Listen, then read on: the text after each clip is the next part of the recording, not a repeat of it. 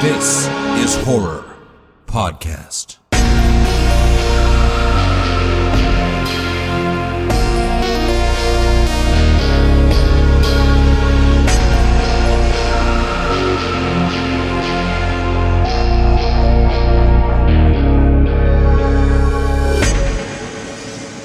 Welcome to This is Horror, a podcast for readers, writers, and creators. I'm Michael David Wilson, and every episode alongside my co-host Bob Pastorella, I chat with the world's best writers about writing, life lessons, creativity, and much more. Now today is episode 666. A frankly historical landmark episode in any horror podcast. And it may be that you're expecting an episode dripping with evil and Satanism and all of that good horror fodder. But here at This is Horror, every day is Halloween. So really, it is business as usual. And yet, as luck would have it, our guest today is a very special one to me. Because it is Dan Howarth, the original co-host of This is Horror podcast, a friend and writer who has had my back since day one. He is somebody I trust with my life, and he is a writer who deserves a lot more attention in the horror, crime and thriller field.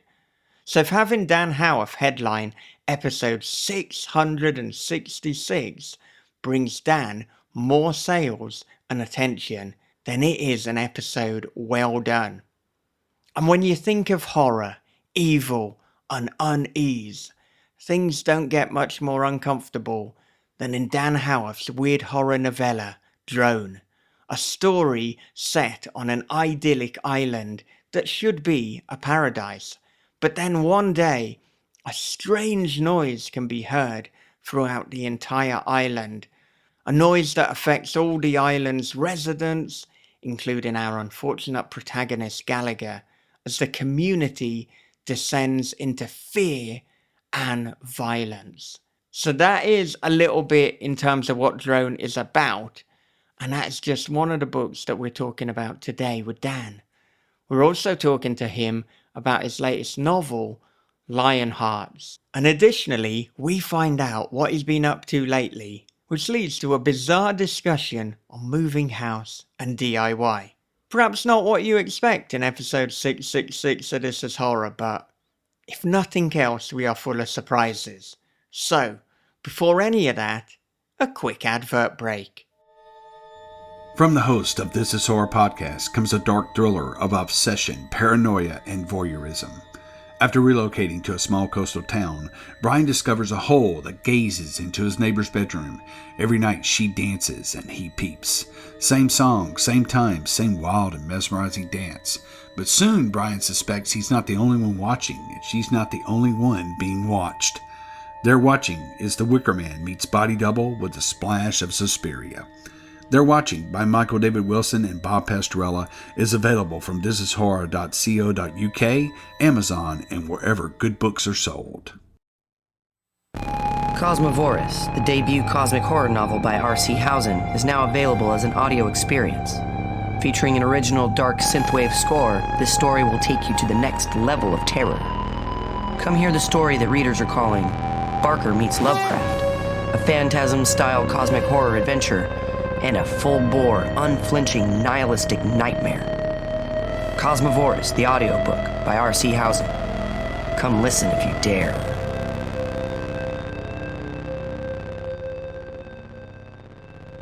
Okay, here it is. It is Dan Howarth on This is Horror. Dan, welcome back to This is Horror. Evening, thanks for having me. It's been a while. Yeah, the last time that we spoke was back in February 2025, if we exclude the release of Daddy's Boy. So what have been the biggest changes for you personally and professionally since we last spoke? Oh, well, personally, we've moved house, which has been a living hell. It's been a horror story in every sense. Turn on a light and a window falls out, or open a door and, the roof falls in or something. But that's old houses, that's what we like. You get the aesthetic, but you also get the problems. So last year was a very stressful year, it was fair to say. But yeah, we're coming through it and settled into a new routine. In terms of professionally, a couple of books come out since we last spoke, which I'm sure we'll get onto. Bit of an overhaul this calendar year, of the writing routine, which seems to be effective. A few other writing things going on, which is great. So yeah, lots of news really, and lots of changes. Hopefully, all for the better.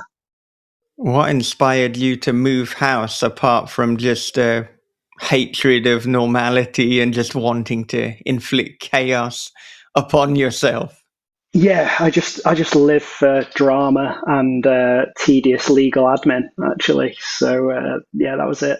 No, I think we're just kind of outgrown the old place, and we wanted to move across the town where we live, just to get away from a different building development that was coming up and try and get ahead of the curve. So yeah, we just wanted a bit more space, and it's quieter, nicer garden. Job done, I think, really. Yeah, apart from the DIY it's caused. Yeah, there you go. And as we said off air, you've also got some nice territory and Last Night of Freedom posters. So not that you'd need to move house for you to get the posters. No, they existed in the old house. Yeah. They're just a bit more prominent here. So as I was saying, this is my office here now, like a dedicated writing space and workspace and stuff. It's gonna be ripped out in a few days, totally replastered and everything, and it'd be blank canvas to do what I want. So paint the walls black, brick up the windows. It's the perfect horror writer sanctuary at that point. There you go. Well, we'll just have to invite you back on in a few months so we can see what you've done. Yeah, it'll just be pitch black. You won't be able to see me at all. Yeah. Or you could wear like some sort of UV or neon clothes as if you're a cyber goth at a noughties rave. Yeah, look very Tron, won't it, with all the kind of neon going on. Well, because I trust that our listeners and viewers aren't primarily here to listen to some of your weird outfits and mannerisms, I think we should move on to your writing routine, because you said this year you have overhauled it. So what is it looking like now? So previously, as I think we've discussed before, it was like writing at lunchtime at work. And I had a series of jobs, unplanned, where I always worked opposite a library for a number of years. In 2024, towards the back end of that, I started working remotely, got a different job. So I'm here all the time, which is kind of strange. I'm not sure it was totally conducive to lunchtime writing. So at the start of this year, as of the 2nd of January, I think it was, or maybe even the 1st, I can't remember. Now get up for an hour before work. So come downstairs, feed the dog, and get the words done before everybody else gets up and the school run starts and all those kind of things. Get the words out of the way. Still writing at lunchtime, but the pressure's off for that, really. Like, the day job can be quite busy, and being here all day, I like to get out at lunchtime, just go walk the dog or something and clear my head a bit. So it takes pressure off, really, like getting the words done before the work starts. Yeah, it's been pretty good. It took a little while to get used to, but yeah, it's getting there. It's productive for me. So like an hour's worth today, 1,200 words before I log on for work. Not saying they're 1,200 good words, but they are 1,200 words that are done. So yeah, I think I've found my groove with it now. Kind of 3-4 months into. So what are we on? May, nearly 5 months now. Then going on. Yeah, it's working out well. So can't complain. So just how early are you getting up? Are you a 5 a.m. riser or what's going on? No, I drew the line there. So it's only 6. So my wife gets up a bit later than that, and we start the day. I don't think I could commit to 5. It's one of my pet peeves. It's like you can wake up at 6 and be fresh. I'm not totally convinced of some of these people who say they're up at 5 and fully functional. It's just, I don't know. It seems a stretch to me. So I made the compromise of not going totally crazy and getting up at 5. I think up at 6, down at 5 past, job done. I think that's a sane way to approach it. I think anything earlier than that is asking for trouble, really. Yeah, I think you'll find as you get older that 6 isn't that far fetched. I mean, I used to be one of those people that would sleep till about 8:30.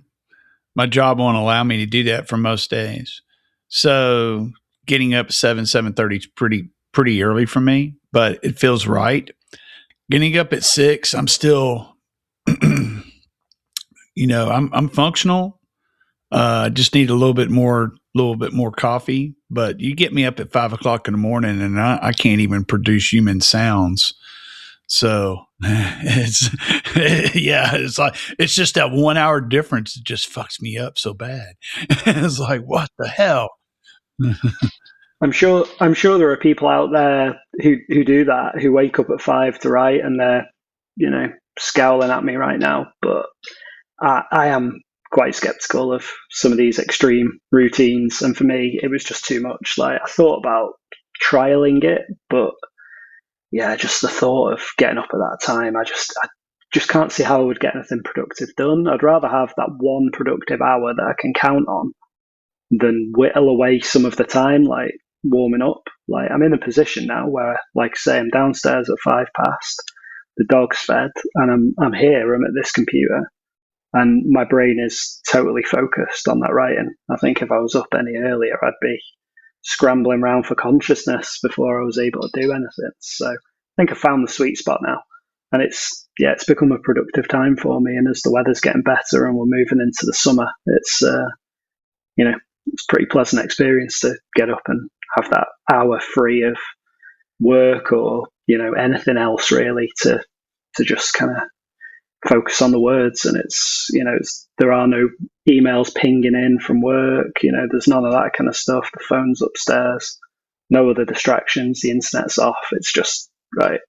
Now's this time, and it feels like I've made the writing deliberate in that portion of the day, which I think makes me more productive. Or hope it does anyway. Well, this is what I wanted to talk about, whether you'd noticed a difference in the quality of the writing or your focus or indeed your creative rhythm, because I think sometimes the different times or the different circumstances that we write in can affect the writing that we're actually producing. So I'm wondering how it compares to what you were doing and how focused you were purely just writing on your lunches.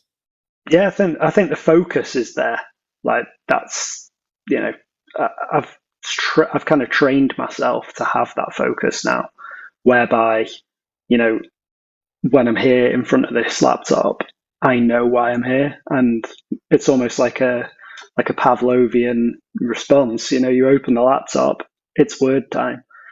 That's not a problem. I think it's probably a more like a better flow state, I would say, perhaps, because it's dedicated writing time. Whereas when I was going to the library, if it was a time when there was a lot of student exams or something, you didn't know if you'd get a seat.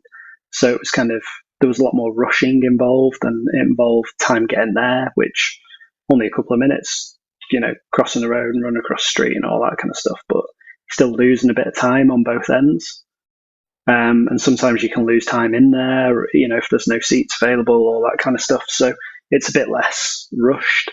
I don't know if that, is a good or a bad thing, really. Maybe I'm writing in a more considered way at the moment because I've got that dedicated time. But yeah, I think the quality is at least as good as it was, if not better.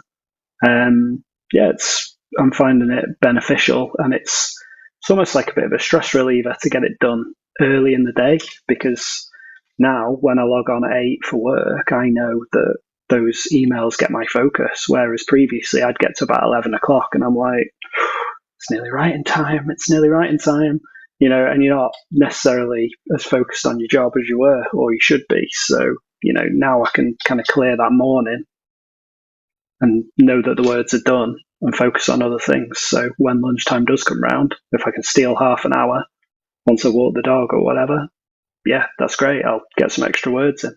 I think it's given me the opportunity to write twice in a day, which you don't always get. So, or I certainly wasn't getting before I started waking up. So I think having that second chance when it's not all or nothing makes a difference, because sometimes I'll tack on 500 words at lunchtime. That's great. And usually they're pretty good words because the pressure is off to not hit a target. So they're often the better words of the day, I've found, in terms of quality, if not quantity. So yeah, it's beneficial. The more sessions you can kind of steal for yourself to write in, surely the better your work's going to be. Yeah, and you said that by the time lunch comes around, you've got pressure off from hitting a target. So still to this day, then, are you pretty concerned with word count and hitting a minimum word count? And what does that look like when you're in editing mode as opposed to first draft mode? I think that's probably the weakness in my game in terms of writing. It's like, I am quite numbers focused in the first draft. 1,000 words a day, like come hell or high water, and it's a rare day that doesn't happen one way or another on a writing day. It just does happen, whether it's in 2-3 sessions, if it's, going up to bed at 10:30 and I hear myself 100 words, well, they get done before I can go to bed. Like that is a firm commitment that is unbroken for a very long time now. And we're talking probably about 8 years of when I have a session, it's 1,000 words. When it's a writing day, it's 1,000 words. That can be a drawback to editing, because there can be a time when you look at what you're doing and you think, well, there's nothing tangible that I've done here in terms of a word count. It's not measurable or quantifiable in that way, which I think held me back for quite a while. But I spent 3-4 months of this year working on editing a book. And to be honest, it was just a case of quantifying it by the time. It was, right, I've got 50 minutes of quality time here, and I will edit this book as much as I can. Some sections, as we all know, some days you kind of go through 2-3 pages and, you might take a word out of a sentence, but actually, you're looking at words that are pretty high quality.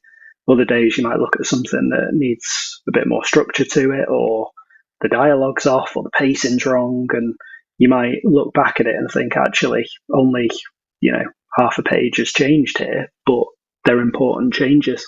So I think you innately know when enough is enough, but when it comes to editing, it's measured by time and it's measured by quality rather than numbers, if that makes sense. It does make sense, yeah. And I mean, a follow-on question, because I know you're also getting into screenwriting. What does that look like? Because I mean, I would say that 1,000 words of a screenplay is a lot more than 1,000 words of prose. So do you give yourself some other rules there? Is it more a page count when it comes to a screenplay? Yeah, 5 pages as a session, usually. And sometimes they're, action heavy or whatever, or dialogue heavy, and those 5 pages fly by. Sometimes, yeah, it's a bit more of a grind. But yeah, 5 pages is usually the session target or the daily target if it's a screenplay that I'm working on. All right. Well, we're going to circle back to screenwriting in a little bit, but for now, we got to talk about Lionhearts. So to begin with, what is the elevator pitch for that book? Jesus. In short, a man loses his livelihood and part of his family in a gas explosion, a fraudulent gas explosion in his local town. Ends up destitute. He gets offered the chance to get out of this destitution, this life that he's kind of trapped in. And it turns out that the people who are offering to help him out are, not just far right sympathizers, but far right agitators. And the moral heart of the book is, do you want all the things that you want, but are you willing to pay the price of your principles in order to get them? So it's quite a violent moral dilemma book, really. I would say that's how I would sell it. This is England, American History X, those classic influences that I know we both share, Michael, because we've discussed them both, particularly This is England at length. But that's it. It's lifestyle versus principles, and where does the character and where do we as a society or as individuals draw that line? I think it's an interesting question. Yeah, I think this is the nearest book or the nearest media in any guise since This is England that isn't actually This is England. This is a kind of This is England for the modern generation. And my goodness, I mean, it's not going to be for everyone. It's a difficult book to stomach, but it's so well done, and it makes you think about your own principles and your morality and when you would and wouldn't step in when you're just witnessing atrocities and wrong behavior. And I mean, on that basis, what was your why for writing Lionhearts? I don't think I sat down to write something that was like a political statement. I just don't feel that I'm sure a lot of writers do it, but I'm not totally sure that that's kind of a healthy mindset for writing a good story, if you see what I mean. Theme is key to any story, but I feel like if you go in with theme first or a message first, I feel perhaps it can compromise character or story, from that angle, because you're always trying to meet the end goal of imparting the message. And I'm not totally sure the message is overt in Lionhearts. I think it's a message that is also a question, perhaps. So it wasn't that came first. The thing that really generated it behind, that kind of got me to the keyboard about it, was I'd watched Taxi Driver, and I thought, that is kind of such a jarring piece of art. And I thought, well, who's writing the Taxi Driver equivalent at the moment? Like, what genre is it? Is it crime? Is it thriller? Is it State of the Nation? Like, where does it sit? And I thought, well, where are we at now? So I sat down to write this before the pandemic.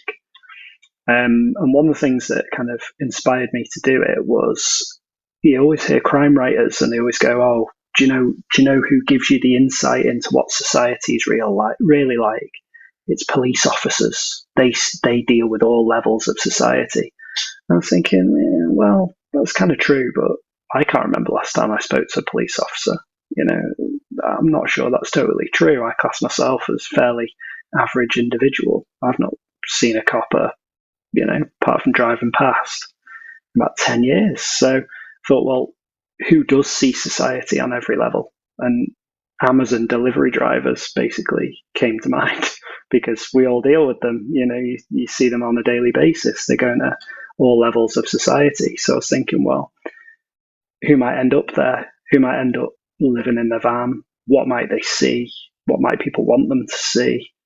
What insights could they gain into our society from that point of view? So I kind of tied that together with Taxi Driver, and then the far right element kind of came out in extrapolation, really. And at that point, the moral questions started being asked because I was researching heavily and asking myself the question, and I think it's probably a question we all ask ourselves, is like, what would we tolerate in terms of society, in terms of politics?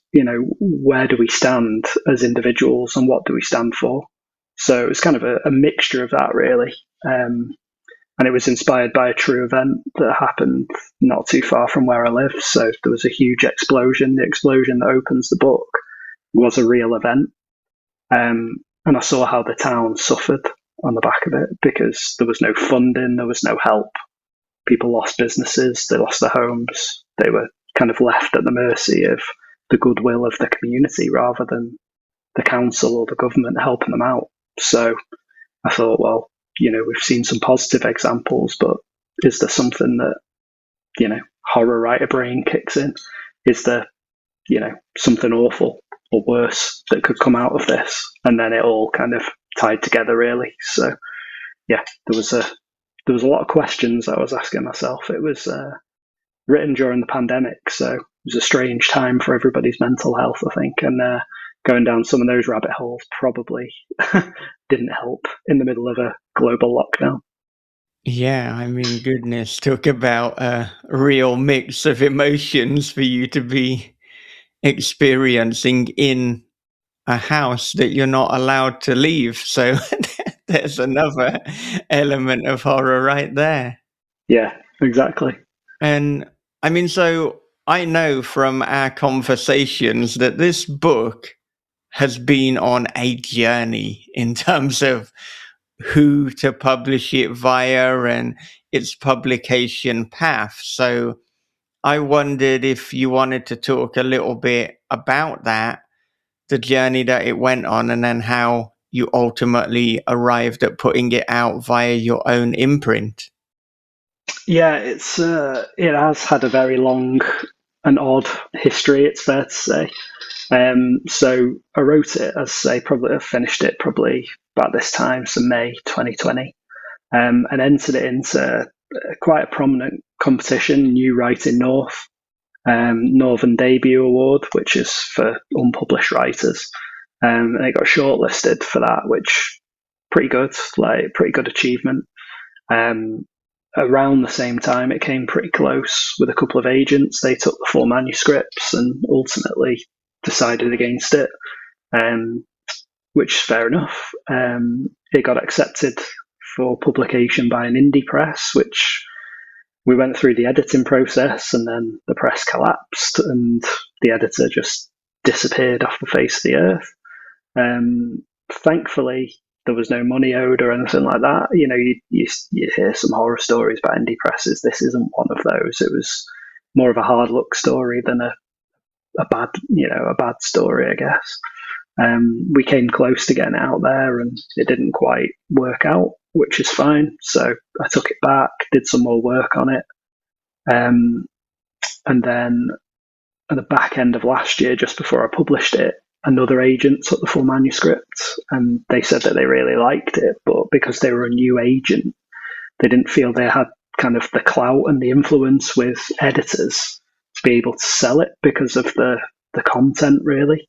The far right influence is prominent in it, and it's a horrible book. It's not a pleasant read. It's very uncomfortable to read, and at times it's uncomfortable to think about the writing of it because it's a first person, descent into hatred.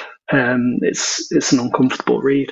So it came very close, and do you know what? In the end, I thought, I'm tired of the admin of subbing this. I'd rather do the admin of publishing it. So at that point, I thought, I'm just going to withdraw it from anything where it is. I just, let kind of agency queries, disappear at that point, unprompted and unchased, and just decided that it was mine, and for better or worse, I was going to bring it out under Northern Republic, which is my own label.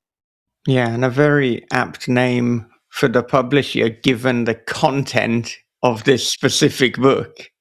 Yeah, it couldn't have worked out any better. I think, really. It's a very northern book. It's a very English book. I think it speaks of where this nation is at the moment, and we're on the precipice of something dreadful, I think, if we're not very careful. We'd do well to learn some of the lessons from our cousins overseas, but whether we will or not, we have a history in this country of learning lessons the hard way, and I hope this is not another one, because we've had a very tough lesson through Brexit recently, and it's time to wake up a bit, I'd say. Yeah, it's you see it, it's like just all over the world. I will say that this is probably the least political novel I've ever read. And I say that in a good way. And I think it's because we have a main character who is fueled by grief. And he basically, without spoiling anything, anybody can get to a tipping point to where you can just give them a little nudge and radicalization occurs. And so I've seen it with my own two eyes from people that I know personally, how you can go from one to the other in a matter of days. And it hurts because it's like now I've got friends that are no longer friends. So, but yeah, the most non-political book I've read. And I think it's because your main character just doesn't give a shit about the politics. He's trying to get things right. Yeah, he's trying to, that's exactly what he's trying to do. It's, what he's doing, as abhorrent as it is a means to an end, to working his way back to where he was. That's his end goal. And that's all he sees, and the hatred comes along with that. And I tried to keep that as true to some of the kind of real life stories of online radicalization and, in-person radicalization that I'd read, because ultimately it's people who are grieving. It's people who do have empty and resentful lives that are targeted. And as we can see from all the stuff swirling around online, it's easily done because people don't see it as hatred in some respects. They see it as a means to leveling out a playing field that they see as unfair. They see it as a means to getting things that they want in their lives, be it money or influence or whatever it may be. And it's a playbook. It's tried and tested. Psychologists report on it. We see it. You've seen it with people that you know or you knew, Bob. You see it with people that you speak to at the match, or outside the school gates in some very upsetting circumstances. It digs into people, and quite often it's people who are vulnerable without even realizing that they're vulnerable. And that is one thing that I really wanted to address, because doing the research for it, as all writers should when you're writing about a difficult topic, informing yourself, as unpleasant as it can be to look at, you come out of it a more rounded and informed individual. And even if the book doesn't land for everybody, and it will upset people, it is not a book I would pick off the shelf and read again. I might occasionally glance at Last Night of Freedom and laugh at a couple of jokes. There are no jokes in Lionhearts. It's a cautionary tale, and one that was written from a place of upset and worry in my own life. But at the same time, it's accurate, and it was now 5 years old in terms of, when it was written, if not more, and it's becoming more accurate. And that's the worry. It's you're looking in a mirror at this society that we're building, and it's a cautionary tale. And yeah, it's uncomfortable. Yeah, it really is. It's uncomfortably timely. Is that probably a really good way to put it? Uncomfortably timely, uncomfortably relevant as we go on in time, and like looking at it now. considering that it was written 5 years ago, it's like I feel like it was written fucking yesterday, like today, because it's like, have we been going through this kind of shit for like the last fucking 5-6 years? And unfortunately, yeah. Yeah, I mean, I'd say in the UK we're 10 years on from the Brexit vote, which is what broke the discourse in this country apart. And I think sitting down to write this at the back end of 2019 was when I started it. I couldn't have foreseen where we're going as a country. As a writer, you sound like a bit of a dick if you say your own work is timely, so that's not a word that I would use. It does upset me that it's become more accurate as time has gone on, because I thought when I wrote it, this is as bad as it can get. But there's more. Oh, good. Yeah, I don't think we should ever say this is as bad as it can get, because No. this might look pretty good in 10 years. Unfortunately, that is a pattern that, does occur. But I wonder if when Bob was talking about this being the most non-political political book, if a lot of this, like Shane Meadows, is because even for people who know you, they will know where you stand.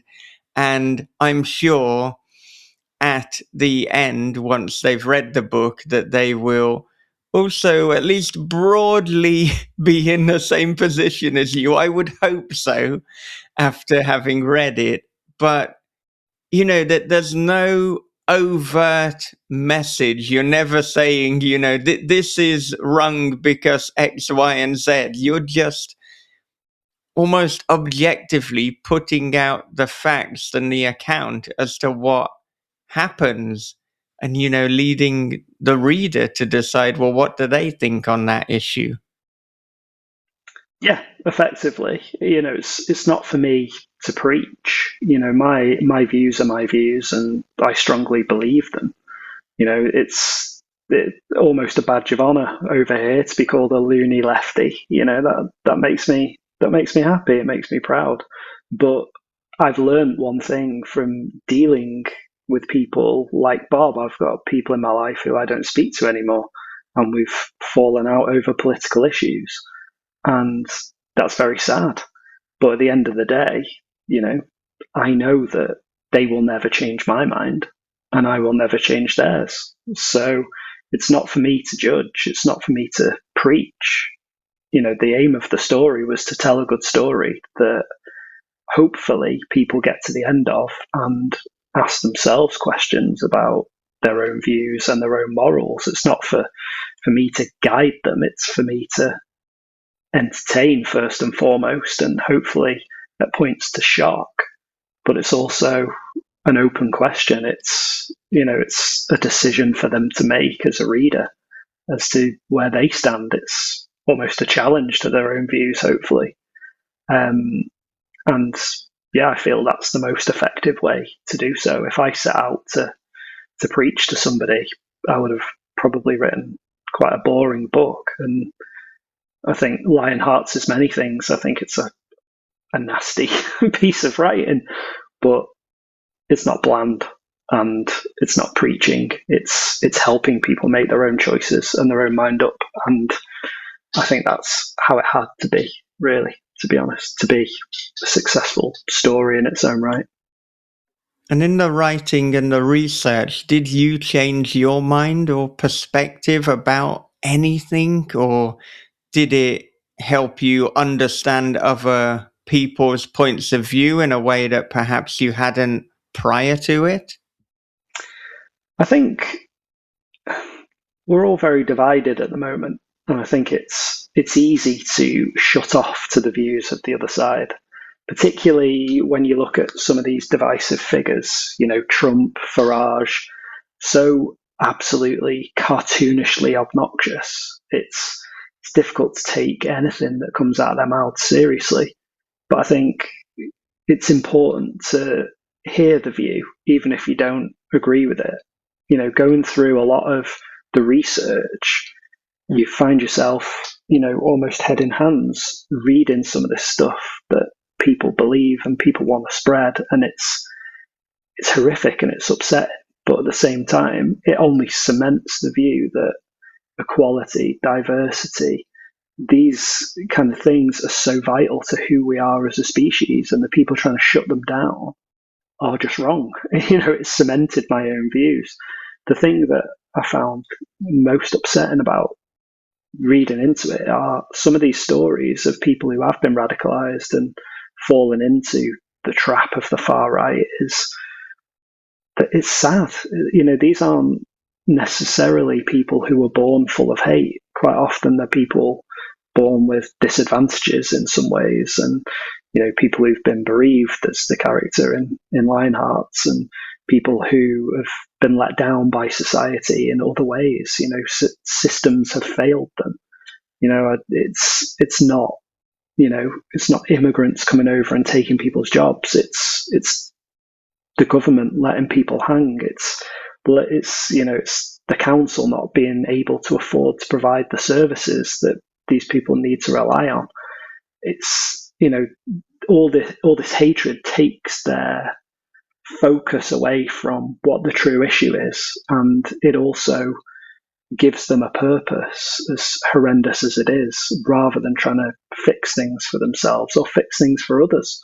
We're all too focused on breaking things down rather than building them up, I think. And it left me sad for a lot of the people who you read about, rather than hating them. It led me to pity them. I mean, I felt that maybe is a more human way of looking at it. I don't know.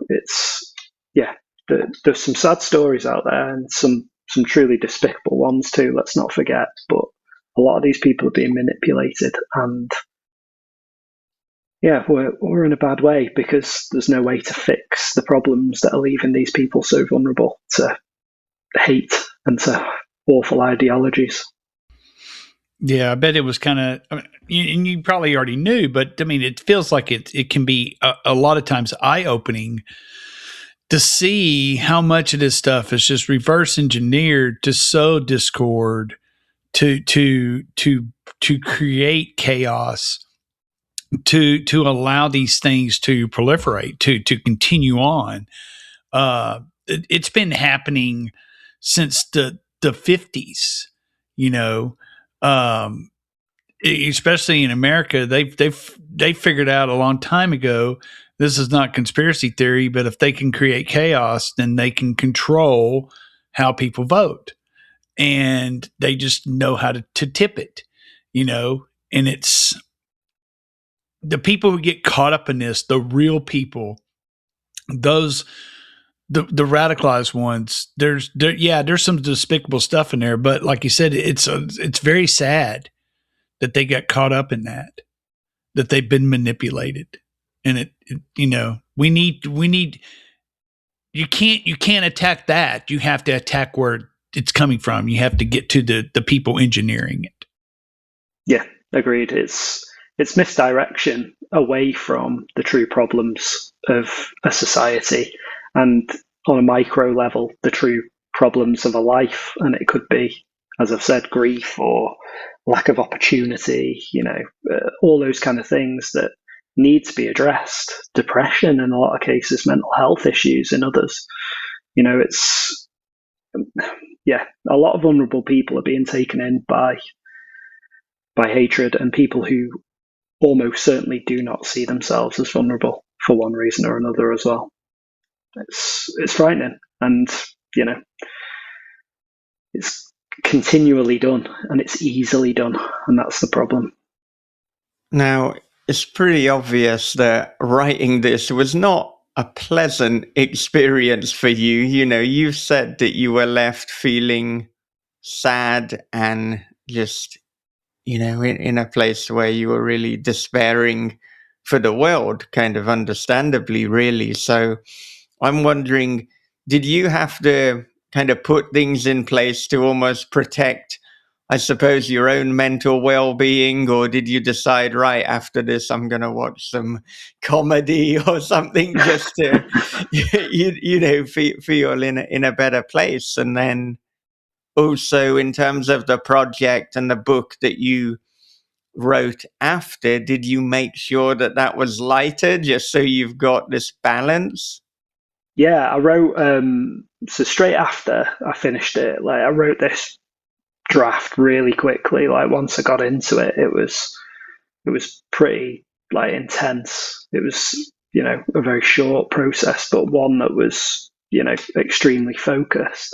So after that, I started writing kind of a folk horror novel about, a missing kid and all this kind of stuff. And I was like, I'm too depressed to finish this book. I was going to say, that sounds fun. You're like, I'll give myself something nice.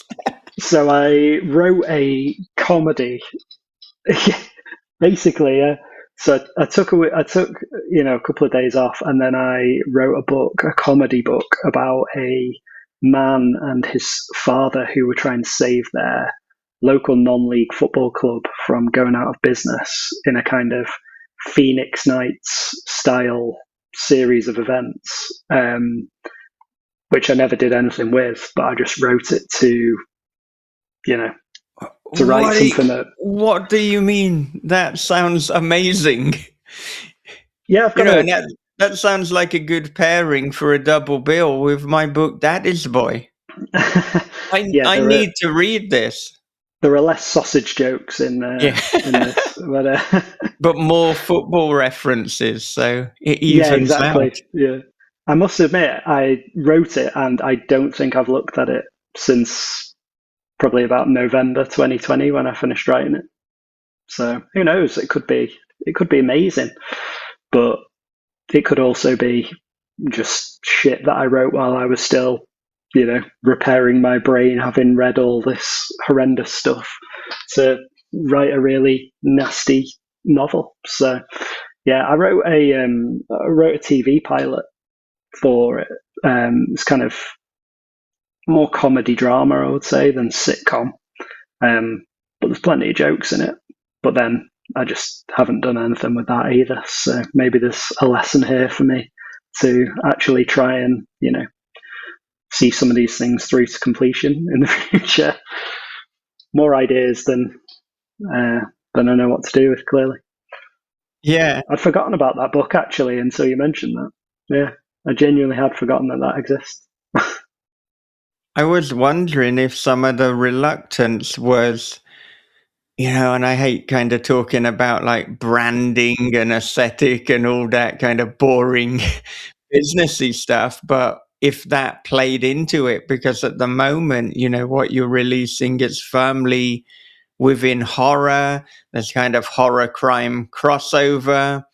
And you have, like, especially with the cover art as well, like just a very obvious, this is a Dan Howarth book.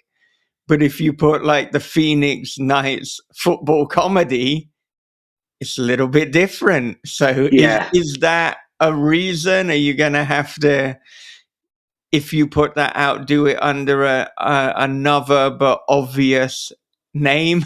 Is it going to be a D Howarth? Yeah, I think it'd have to be a pen name. It's quite interesting, really, pairing Lionhearts with the rest of the output, because it's like, so I've done some kind of in-person events recently.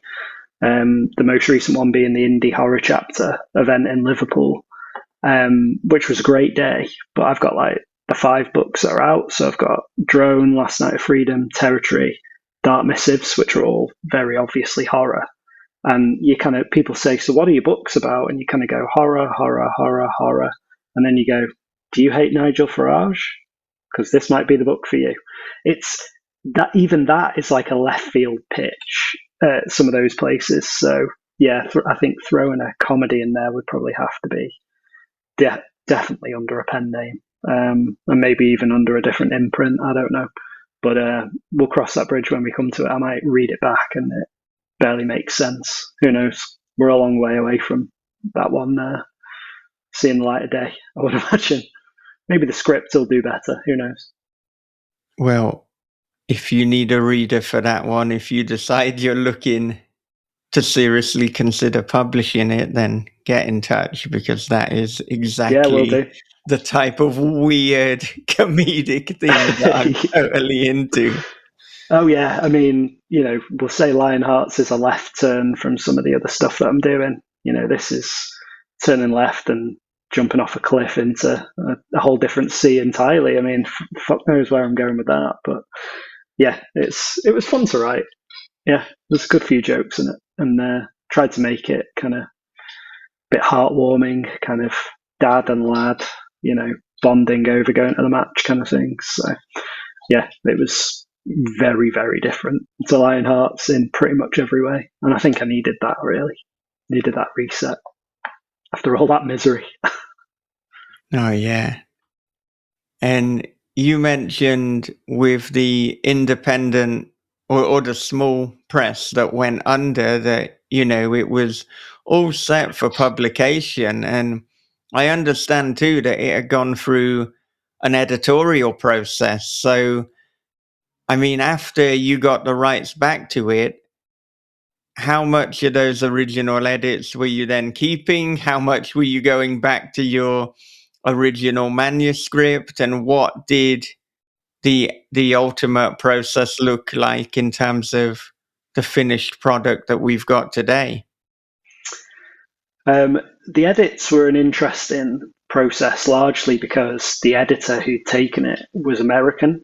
And there were, as I've said, it's a very British, very English, very northern book that's written in first person. So particularly the dialogue, there was a lot of questions whereby somebody says, "This is shit," or "I felt like shit," for example. But then later on, he says, "Oh, this is totally shite." Well, a British person understands the difference between where you use shit and where you use shite in your kind of dialogues. Oh, we're getting into real technical stuff here, aren't we? But I was trying to explain it, but ultimately, it's just one of those things that like you can't look it up on in a dictionary. Oh, you use shit here, you use shite there. It's just you either know when you say these words or when you don't. So trying to explain that to somebody who's not familiar with it was quite interesting in and of itself. But I think structurally it did stay the same. I made some late changes before I submitted it to the final agent who nearly took it on. And I made quite a significant plot change to it, which I won't reveal for the purposes of spoiler, but it did make the character work a lot better, perhaps, than the previous versions. But I did have a 90% proofed and edited version that I was happy with. I did add a couple of little bits back in, so one of the big inspirations for me as a writer, and particularly for this book, is David Peace. And he does a lot of kind of, it's not surreal as such, but you get kind of diversions into people's minds. So there's a couple of scenes whereby almost hallucinatory within Lionhearts, where he's wrestling with his own internal demons that I kind of put back in that I think the editor had taken out. So because I was publishing it myself, I just wanted it to be its truest form, really. So I just took a few of those back, but it was a useful process to trim down for the most part, and go back and forth and kind of explain the thinking behind certain aspects to somebody else. And it was good prep, hopefully, for working with other editors in the future should opportunities arise. So yeah, it's always good to collaborate, even if we do have to discuss the ins and outs of British slang and swearing at length. Yeah, well, I mean, off air, we spoke about some of the editorial suggestions, and I don't know if you do want to go into it, and I would definitely understand if you did not, but there were some suggestions that were almost like, can you make this more racist because we don't think that the terms that are being used are quite racist enough? So then this editor was trying to come up with slurs that people might use for Polish people that are not reality. Yeah, I think again that was a bit of a cultural kind of breakdown, really.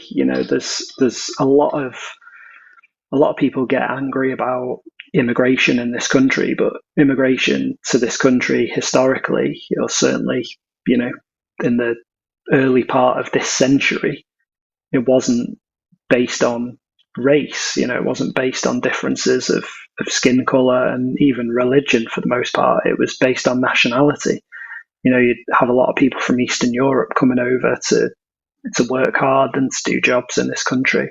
And that was a source of resentment for, British people, because they felt that immigrants were coming over legally all through the EU, were coming over to take jobs from them.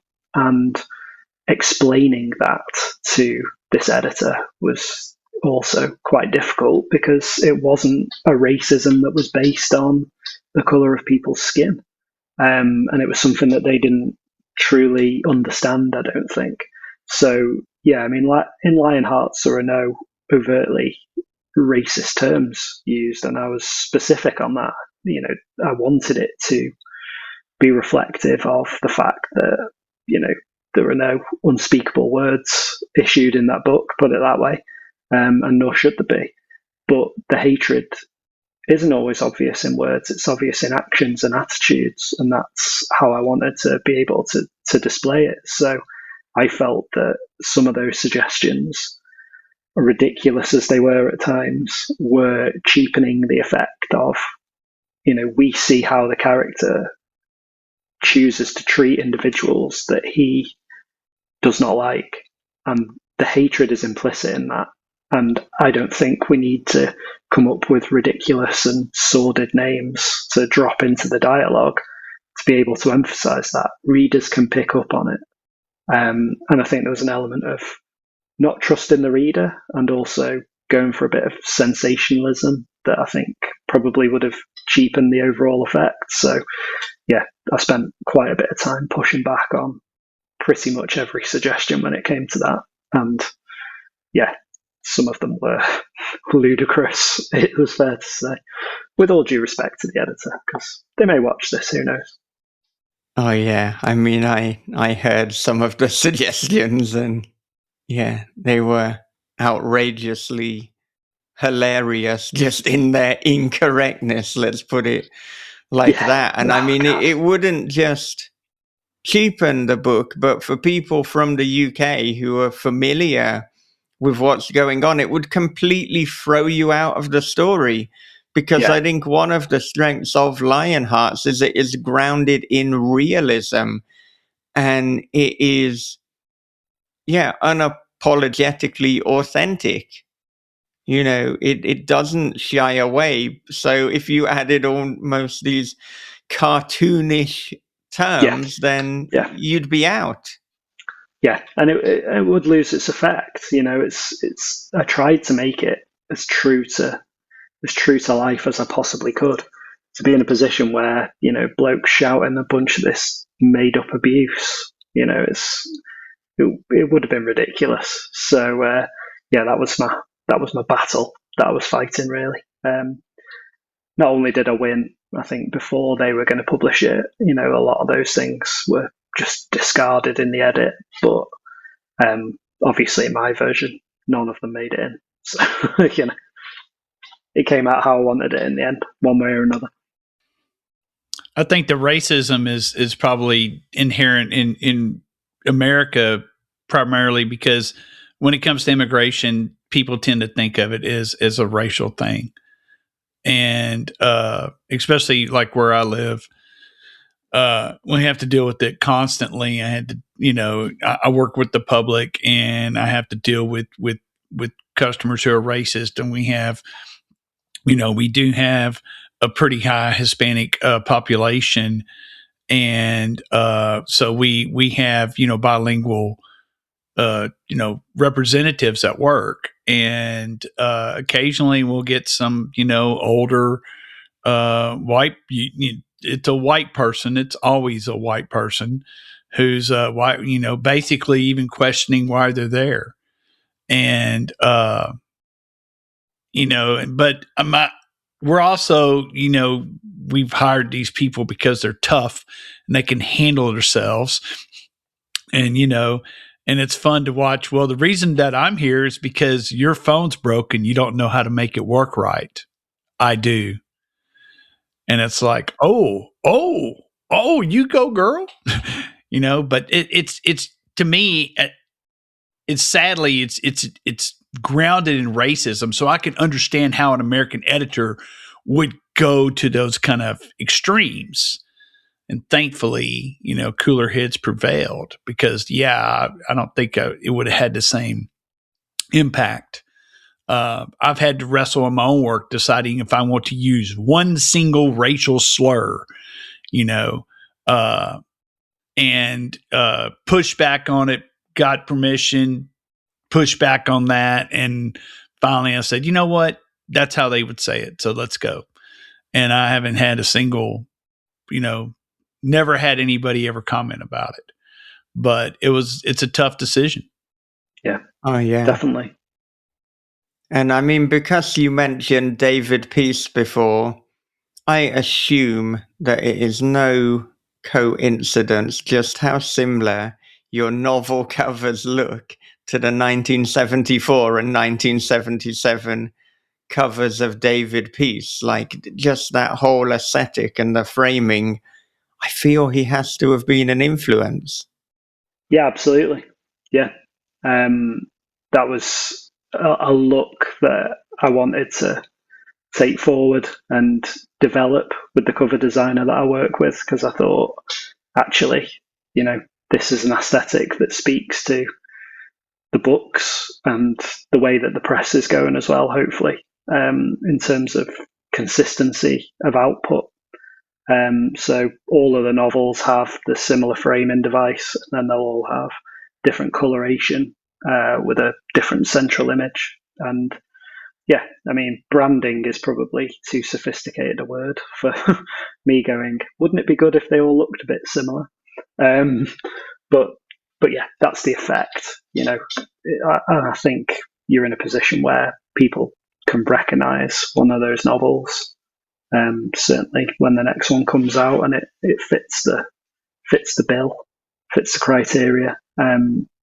It helps people get in the right mindset because they know what they're going to get if they've read Lionhearts or Last Night of Freedom.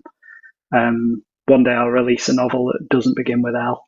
And they'll pick up the next one that might be green or black or whatever, but they'll know inherently it's one of mine based on the overall look of it. So, yeah. However, your novellas don't have that framing device, but I imagine that there probably is going to be some commonality or some other thought behind the aesthetic presentation of the novellas. So what's going on there? Yeah, I mean, the novels are pretty straightforward to design, I would imagine. Well, he says as a man who can barely use Photoshop. But, if you've got the framing device, then, surely you're, 33% of the way there. I like the novels the novellas to have a bit more artistic license.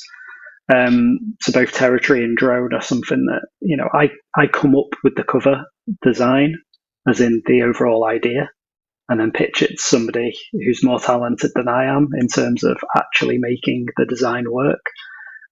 Usually it involves me sending a picture on my phone of a really terribly drawn version of the cover, which he then goes, "Do you mean like this?" And I go, "Yes, thank you. That's pretty much exactly how I imagined it." And then we battle over the text. But yeah, I think as long as the novellas reflect the story, I'm happy for those to be a bit more freewheeling in terms of the cover, as long as they're clearly horror. I think using the same cover designer keeps things consistent, even across the 4 books that Paul Stevenson has designed for me. It's clear, it's his art, it's clear, it's my story. And I think in terms of the aesthetic, he gets what I'm doing. And I think that's clear in the covers. I think, even though they're not branded in the same way as the novels, they're still identifiably my own books. So yeah, I think we've got a good working relationship on that front. So let's talk a little bit about your new novella, Drone. And as with Lionhearts, I want to open with two questions, which are: what is the elevator pitch, and what was your why for writing the book? So the elevator pitch is effectively, it's about a guy, a farmer, Gallagher, who lives on a remote island off the coast of the British Isles. One day, the kind of residents of this community wake up and they hear a low-level humming, a buzzing in the background of everything. Sometimes they notice it, sometimes they don't. But eventually it starts to drive them to act out, to acts of violence. And Gallagher decides that he's had enough of this and wants to find a way to stop hearing this noise before he loses his mind. And I think the question is the juice worth the squeeze when it comes to making that choice? And the why for writing it, like a lot of my stories, really, it was a news article that gave me the idea. So this kind of happened around this time last year to an island off the coast of Scotland. People just woke up and heard this like low rumbling noise, and nobody could find out where it came from. And obviously, the horror writer brain kicked in and thought, "What's the worst thing that could happen to these people?" And then I wrote it down.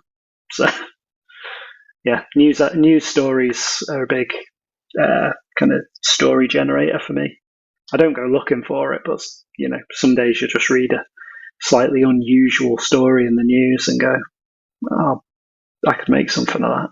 And sooner or later, it percolates and becomes a decent story, hopefully.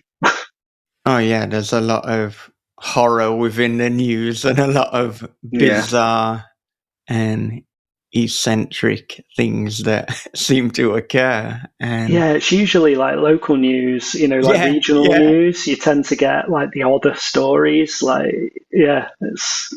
See some interesting stuff.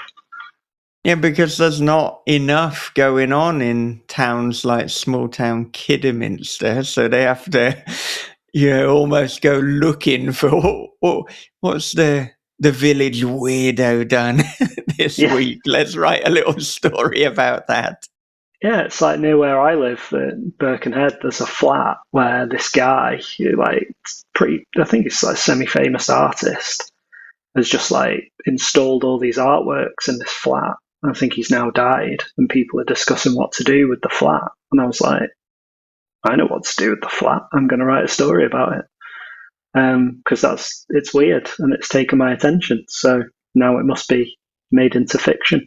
So yeah, that's just what happens. You read flick through the local paper and there it is. New story idea straight away. Just jumps off the page. It's great. Yeah, I don't know if you'll go in this direction, but for me, it's like, well, obviously part of his dead body now has to be part of the art installation within the flat. No spoilers. I've not even got a title yet. Yeah, there you go. I'm thinking of calling it the Bone Temple. I don't think that's been done. Oh, God. Yeah. Well, I mean, writing a book like Drone, where sound is so fundamental to the story, well, obviously this is for the written page. What did you do to try and make that as successful as possible? And what were kind of the rules that you put in place to create that dread from the sound? I think the real challenge is trying to come up with different ways of describing, the sound itself. You can't just say, a dull hum in the background every single time. So I think kind of the challenge was to see how that manifests itself really within the main character, because it's a very close third person point of view story. So it's not first person, but describing physically how it is. And I mean, personally, I'm somebody who's quite bothered by like sound. So I'll be working here, and if the window's open, somebody mowing the lawn down the street or whatever while you're trying to work, you know, it's one of the benefits of writing early in the morning. Nobody's mowing the lawn at 6 a.m, but you know how it affects you. You know, your muscles in your neck are tense, your jaw clenched, you know, your shoulders hunched, makes you more irritable. You know, so I think it's not just describing the sound, it's describing the effect that gives it its layers, really, hopefully, and that's what drives it home. Because if you just say, and you know, this sound was heard, he heard this sound, it becomes very repetitive. But hopefully people know that it's ever present by the changing reactions to it of the characters throughout, be that physical or behavioral in some cases.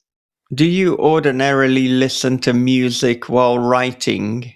And whether you do or don't, did that change for this process? Because I could almost imagine while writing something like Drone, there might have been the temptation to actually just put the headphones on and have some sort of drone in your ears. Or you could put an album on by Sun, who basically most of their albums are drone anyway.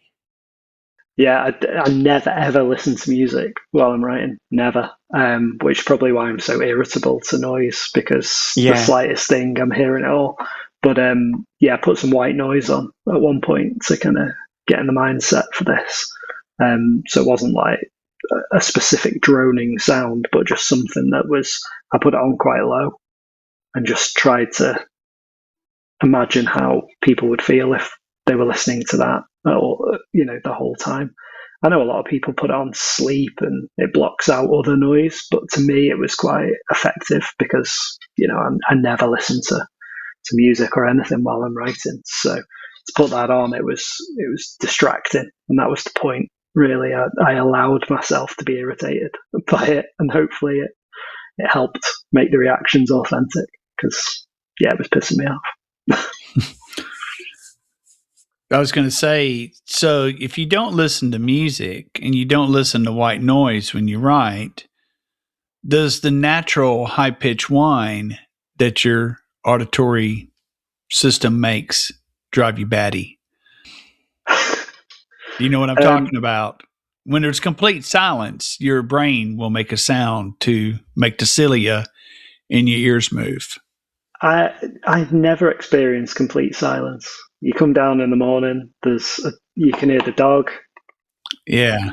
On the tiles, there's birds singing outside. Yeah, I don't think my brain or my ears have ever generated its own noise bob, to be honest. I'm beginning to question what's going on in your mind. No. It is an actual phenomenon that happens when you have complete silence. After a while, you can hear a high pitched whine.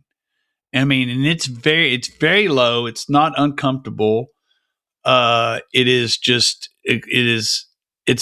there. I must admit, there's always background noise. There's always something going on, but that's my comfort zone. Like, I kind of need that, I guess. I wouldn't go to a noisy coffee shop and write necessarily, to be honest. That might be too much, but just the noise of, be it traffic or whatever it may be, there's always something that's there, and that's my comfort zone, I guess, really. Yeah.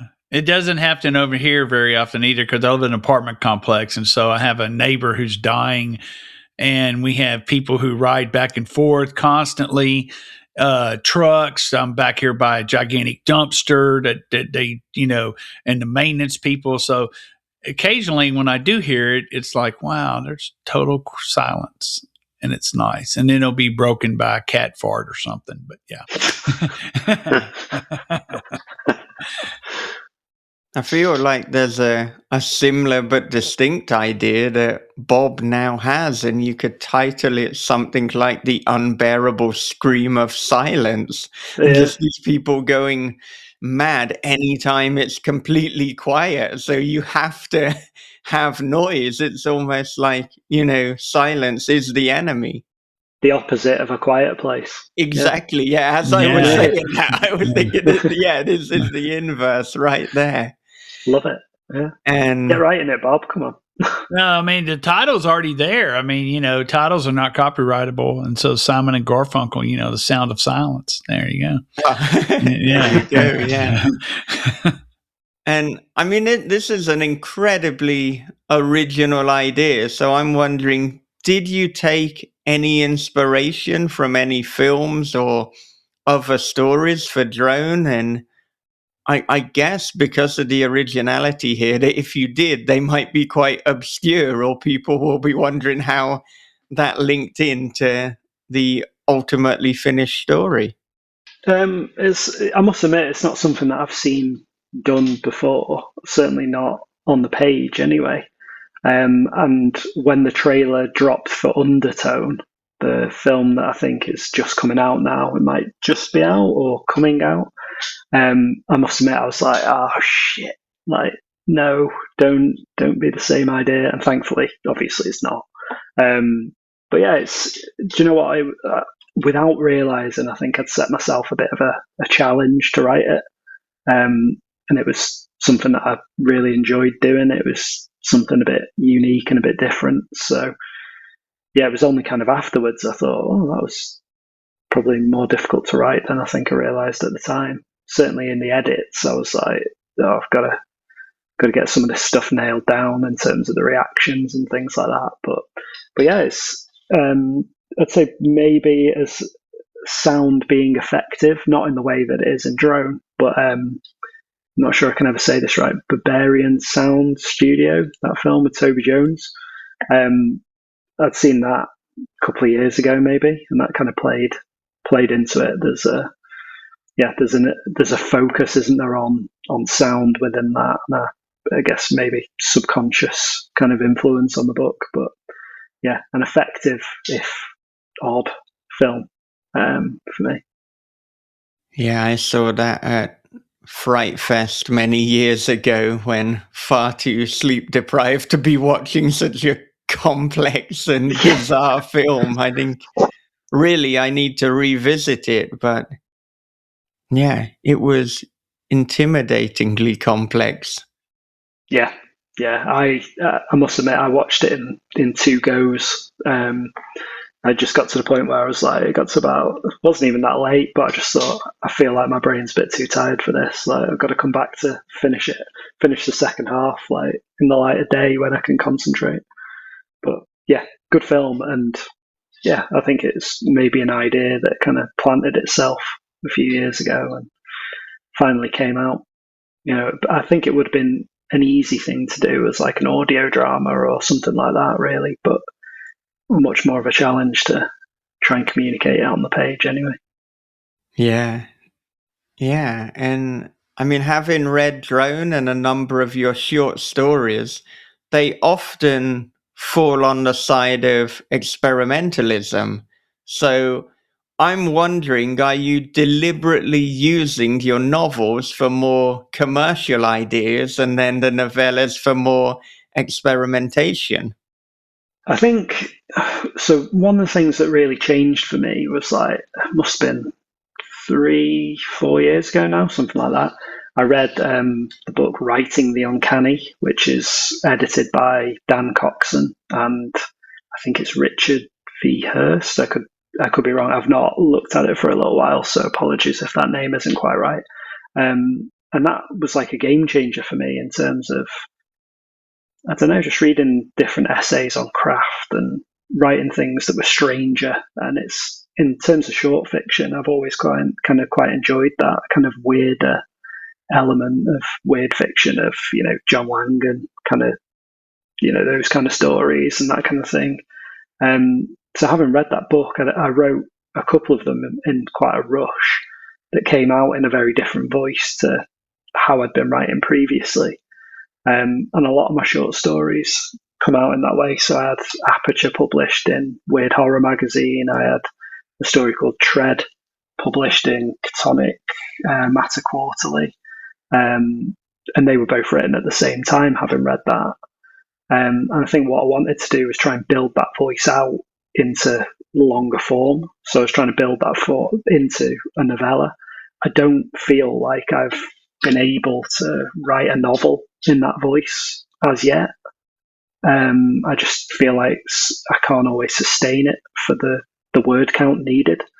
I've got a couple of ideas that I think would probably lend themselves to it, but I'm just trying to train myself into sustaining that voice over a longer period. It's not my natural writing voice. It's more of a, not put on, but it's a mindset I have to get into, if you see what I mean. My normal writing voice I can switch into straight away. I know what I'm doing. I could go back and write sections of Last Night of Freedom, or if I had to, Lionhearts. I could get back into that mindset quite easily, I think.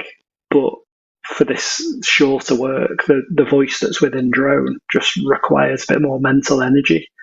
And to sustain it, I think at the moment it's just not quite there. So yeah, Drone was the first experiment of writing something longer in that voice, and I think it came out pretty well. So yeah, maybe the next novel or the one after will be the time that I, quite studiously try and get into that voice for 70,000 words and see where we end up. I just now realized that Droned is in third person, and I didn't even think about that. But also, it would probably be extremely difficult to do that story in first person. I think that you need a distance, and maybe that might be why you wrestle with that voice, is because you feel an intimacy in first person that you're not getting in third person. But I tend to look at it more as like, I need a distance. I need to distance myself a little bit. That's why it's actually my preferred voice. But I just snapped on that. I was like, what the hell? That's crazy. I think it might have been easier in some respects to write it as first person. Because when you're inside somebody's head, maybe it would be, you get their kind of, when it's close third, you get the physical reaction, and you don't get as much of the internal mechanisms of the character. Mm-hmm. And maybe it's a stronger piece for that, because otherwise there'd be too many questions, too many thoughts, kind of clogging up the action, clogging up the mystery around it, maybe. I just never really occurred to me to write it as first person. It just didn't feel like that was the right way to go about it. Normally when I start something, I'll flick between first person, third person past, and third person present, which is, I think third person present is probably my go-to. It's fair to say that's what comes easiest to me. But yeah, this one just came out third person past, like it just very close perspective without the internality of first person. And I think it was the right choice, because there is a little bit of distance, as you say. And I think one of the things I like to think about is how a character reacts, rather than necessarily what they're thinking about in a moment. So yeah, I like to write at that kind of slight remove, because I think it makes it more physically effective, a bit more dynamic, perhaps. Mm-hmm.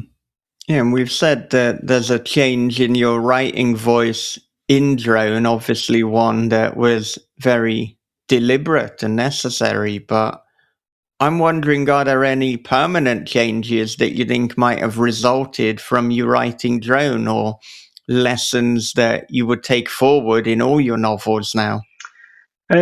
Yeah, I think one of the things that I tried to push for, again, is I think this came from Chuck Palahniuk's Consider This, really, is just to always keep characters in motion and always keep, I think it's very easy, and I don't begrudge any writer who does it, obviously, it's just not how I like to do it, of people saying, well, he felt this or he saw that. And I always try and, this almost like, this is what happened. He felt this within him by describing the reaction rather than the emotion that he felt, if you see what I mean. So that physicality of writing is something that I tried to develop in Drone, and something that I was trying to impart a bit of urgency through as well, a bit of dynamism to the story by not necessarily telling you how the character's feeling, but how they're reacting, and then allowing the reader to put the pieces together, if you see what I mean. So a bit more showing rather than telling, perhaps. And try and take that dynamism further in other books, really, and keep characters in motion, and keep them reacting and keep them moving, keep them dynamic for the reader, really. So that's why I'm trying to take it. And I wonder too, because as I was reading this, I wondered, how on earth is he going to end this? Where is this going to ultimately go? So, I mean, did you know how it was going to play out from the beginning? Did you have your ending in mind from the start? And how difficult was it to land? Normally, I start from the end of a story. If it's longer than a short story, when I'm setting out to write 5,000 words, I'll let myself discover the ending. Anything longer than that, I always want to know it so I can start to work towards it. Drone started out as a short story, so I didn't know the ending. I didn't know it was going to be a 30,000 word novella when I set out to do it. So no, I didn't know the ending, but about 2/3 of the way through, I thought, I know how to land this now, and it's either going to really make people's perception of this story rise, like it's going to be a kind of twist at the end that people like, or it's one that's going to make them chew the pages out of the book in sheer rage. Hopefully it's the former. I think it works. But yeah, it wasn't planned. So that was me thinking on the fly. And yeah, I think by the time it ends, I thought, yeah, that's quite fitting. It felt right to me. So yeah, that's the most recent example, I would say, of me freewheeling it rather than planning. But this was just a good creative process for me. I didn't overthink it.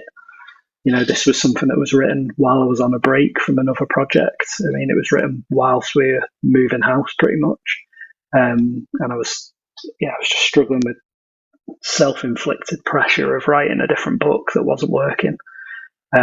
So yeah, I went away and wrote something else. Got some good advice on that. So thank you to friend of the show, Gemma Moore, who said to me, well, why are you slaughtering yourself over this book? Just, you're not under contract for anything. You can write whatever you want. Just go and write something else. So I set out to just write a short story, 1,000 words a day, 5 days, 5,000 word short story. Wrote this in like 2 weeks instead. And it was a fully fledged novella, pretty much ready to go. So yeah, worked out well. That was good advice. And it was just one of those really kind of free, not easy, because writing a book's never easy, but it was something that just evolved as I was writing it, and it was a pleasurable experience writing this one, I would say. And this novel that you were writing before that you then set aside, have you been able to pinpoint why that specific novel was so difficult for you to write? And have you returned to it since? Yeah, so I think I was crumbling under the pressure of moving house, which I don't think I kind of really factored in until I sat there and thought, oh yeah, I'm actually quite stressed right now. I've written this particular book that I was struggling with a couple of times, and I think the issue was I tried to make it too much of a crime book, when in reality there's more kind of folklore around it. Yes, there are crimes being committed, as there often are in my books, but I think I was focusing on who's done it rather than the broader picture of why it's happening, which I have since solved, and that's the book that I'm writing at the moment. So it's called Limited Series, and maybe one day it'll see the light of day. Who knows? It deserves to, after all the fucking hours I've put into it. But who knows? You can't, there's no guarantees. Yeah, limited series, but hopefully no limitation on release. Unlimited. Worldwide. I'd settle for finishing it at the moment. But, we'll just go for finished for now. Yeah.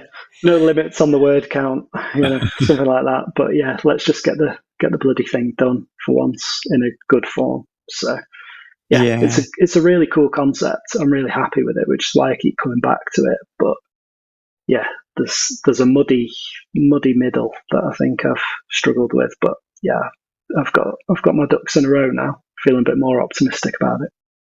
And I mean, now that you've got into a great rhythm with Northern Republic and you're putting out a lot of things independently, where do you stand in terms of when you will and won't submit books to, the big five presses and literary agents? Is that something you're still interested in, or are you done with that now?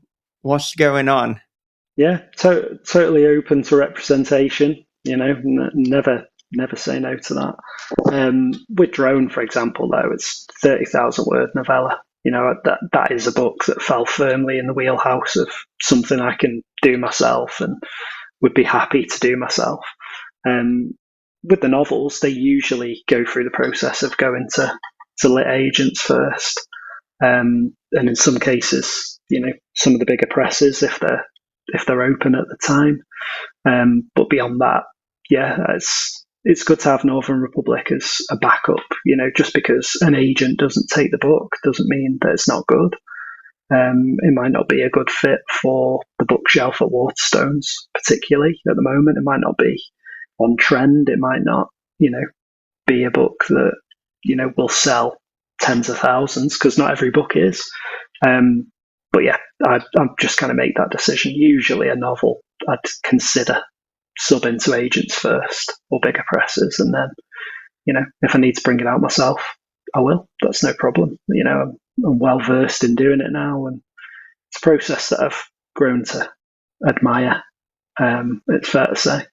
And I think the books look good. I've got a printer over here that doesn't distribute. So when I do events, I've got really good quality copies of the books to sell. And I think even though I'm not getting published by a big press at the moment, yeah, I've still got high production values and a professional content, both inside and out the books. So yeah, it's a good thing to do. And I'll just keep going because I don't want them to sit on my hard drive forever. We need to get these books out here. So Yeah, well, this is the dilemma. And, I was talking to one of the bigger publishers the other day about taking a look at one of my books. And they said, well, they can, but the publication schedule is now full until the end of 2028. So, to be submitting a work and then to know that if they do accept it, it's not going to come out for over 2 years. I mean, it's a big ask. So the only way that I can really do it is to try and write far more books, than there are years. And then it's like, well, if that one's with a publisher for 2 or 3 years, at least I've got this one that can come out now. Because, like yourself, I don't ideally want a year to go by where there's no release from me. I want to keep reminding people that this is something I'm doing. Yeah, and I had 2023 when I didn't bring a book out, and that was just daft, really. That was me chasing agents and not thinking ahead, when in reality, if I'd have planned it, I could easily have brought a book out that year. And Territory, which came out the year before that, had done pretty well, and then I didn't really capitalise on that again until 2024 when Last Night of Freedom came out. So yeah, that was a bit of a missed opportunity and not something I'm keen to repeat, really. So you need to continue to be productive, which I always have been anyway. I've got books waiting to be edited and looked at. As we've touched on, I've got others that are sat waiting for me to do something with them. There's plenty of material to go around, so it's just making sure that 2 processes are happening at once. It's going to agents, but it's also being prepped for publication if it strikes out, as they quite often do, because it's not only a competitive market, it's a shrinking one, it seems, in some respects, in terms of opportunities. So you just got to keep pushing on and make your own opportunities, and we'll see what happens. Last Night of Freedom came out, it did well. There's a script written for it. We're trying to push that out, see what happens. You make your own luck, don't you? And the more doors you knock on, one way or another, the more chance of one of them opening. So just keep going. That's just how I am. I don't see anything as a failure, because you learn something along the way. And if an agent doesn't take a book, that's fine. I can publish it myself, and I have a great time going to local horror events and stuff like that, and you hand sell books to readers. There's not many joys better than that as a writer, I don't think, really. When you have customers coming back for the next one and telling you they enjoyed the ones that they've bought. It's one of the reasons why we do it, isn't it? So, yeah, it'd be great to get that deal, but, lots of good things going on in the meantime as well. So, no reason to hold back.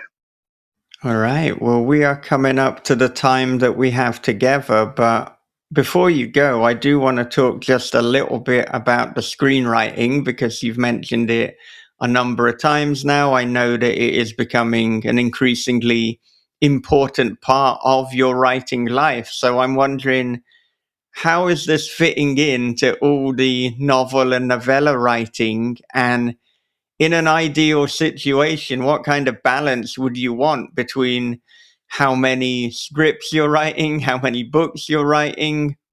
What's the perfect life for you, Dan? I think the perfect life is, suddenly ending up with a huge amount of money and just being able to write all day. I'd settle for a lottery win, but it'd be nice to sell something huge. But what I would say is, screenwriting is probably 20% of what I do currently. Some of that is because when you sit down to write a book, you can always bring it out yourself. With a script, I know I can't make a film. Certainly not currently, with my lack of equipment and connections and money. But ultimately, it's a medium that I think is beneficial to write in prose, because it teaches you structure. It teaches you discipline in terms of how many words in a sentence and things like that. It teaches you to be lean. I've got a film that's been shot that I wrote with a director, Stuart Hamilton. So we've got Newstone, which was crowdfunded on a micro budget. It's been shot up near Edinburgh in Scotland. It's currently in post-production, and people who are good at the technicalities are working on it. I've got scripts written. I've got TV pilots written. Last Night of Freedom script is, on people's desks and in people's mailboxes.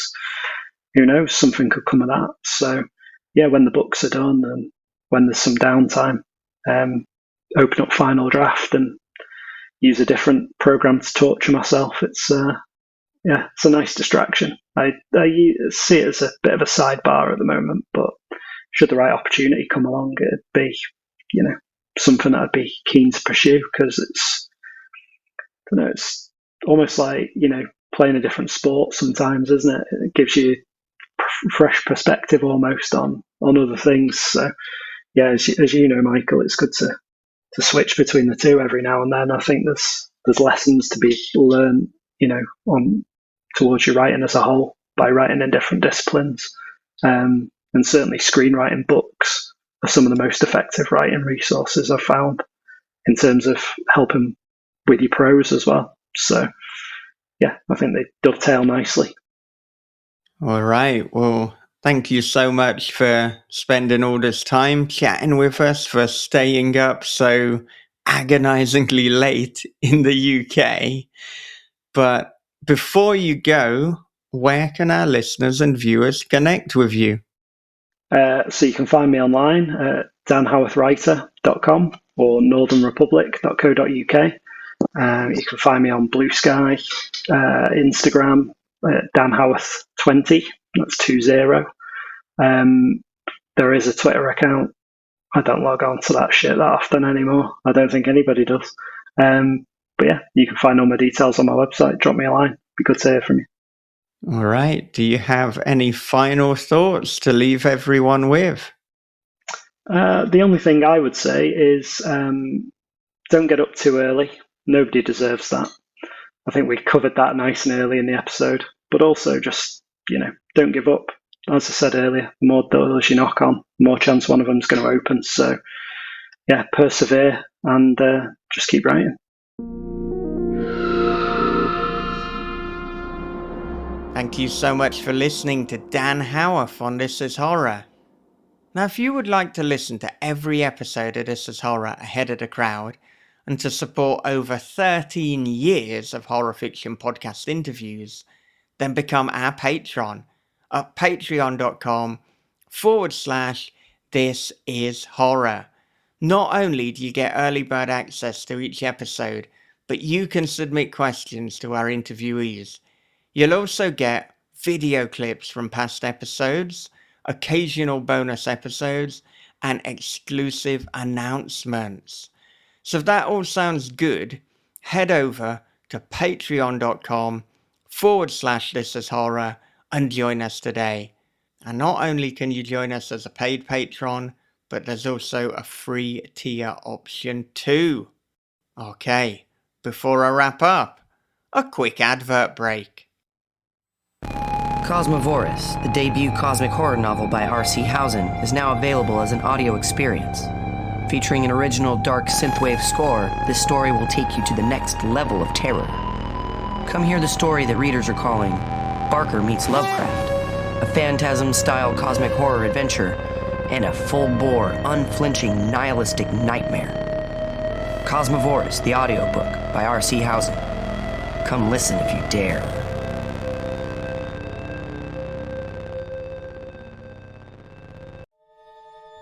From the host of This Is Horror podcast comes a dark thriller of obsession, paranoia, and voyeurism. After relocating to a small coastal town, Brian discovers a hole that gazes into his neighbor's bedroom. Every night she dances and he peeps. Same song, same time, same wild and mesmerizing dance. But soon Brian suspects he's not the only one watching, and she's not the only one being watched. They're watching is The Wicker Man meets Body Double with a splash of Suspiria. They're Watching by Michael David Wilson and Bob Pastorella is available from thisishorror.co.uk, Amazon, and wherever good books are sold. Alright, well as always I would like to end with a clip from a previous This Is Horror episode. And this is taken from This Is Horror podcast episode 648 with Clay McLeod Chapman, in which he talks about celebrating small victories. So, here we go. And I do think, you guys are right, where it's like you have to celebrate every step of the process, because you never know how far into the process you're going to get. But if someone options your movie, takes the film and TV rights, that's something to celebrate. If for me, the biggest celebration beyond payment, beyond if you can announce it, if there's a press release that says this is a thing that is existing presently at this moment with these people, that to me is almost maybe just a little bit more worth it than the money, whatever the paycheck is, because then you can at least say this is real. If you want to listen to the full episode with Clay, you can listen to episode 648. Or if you want the video version, it is available on YouTube, youtube.com/@thisishorrorpodcast. And if you would like other inspirational clips from past episodes, please do follow us on TikTok and Instagram @thisishorrorpodcast. Well, okay, that does it for another episode of This Is Horror. So until next time, take care of yourselves, be good to one another, read horror, keep on writing, and have a great, great day.